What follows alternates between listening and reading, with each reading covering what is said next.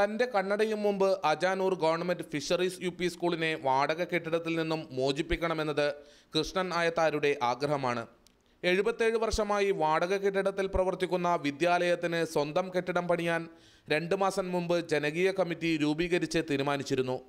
അജാനൂർ ഗ്രാമപഞ്ചായത്ത് സഹകരണത്തോടെ 35 ലക്ഷം രൂപ ചെലവിൽ നിർമ്മിക്കുന്ന സ്കൂൾ കെട്ടിടത്തിനായി 1 ലക്ഷം രൂപ കൃഷ്ണൻ ആയത്താർ കച്ചവടത്തിൽ നിന്നും ലഭിക്കുന്ന ചെറുവരുമാനത്തിലൂടെ കരുതി വയ്ക്കുകയായിരുന്നു.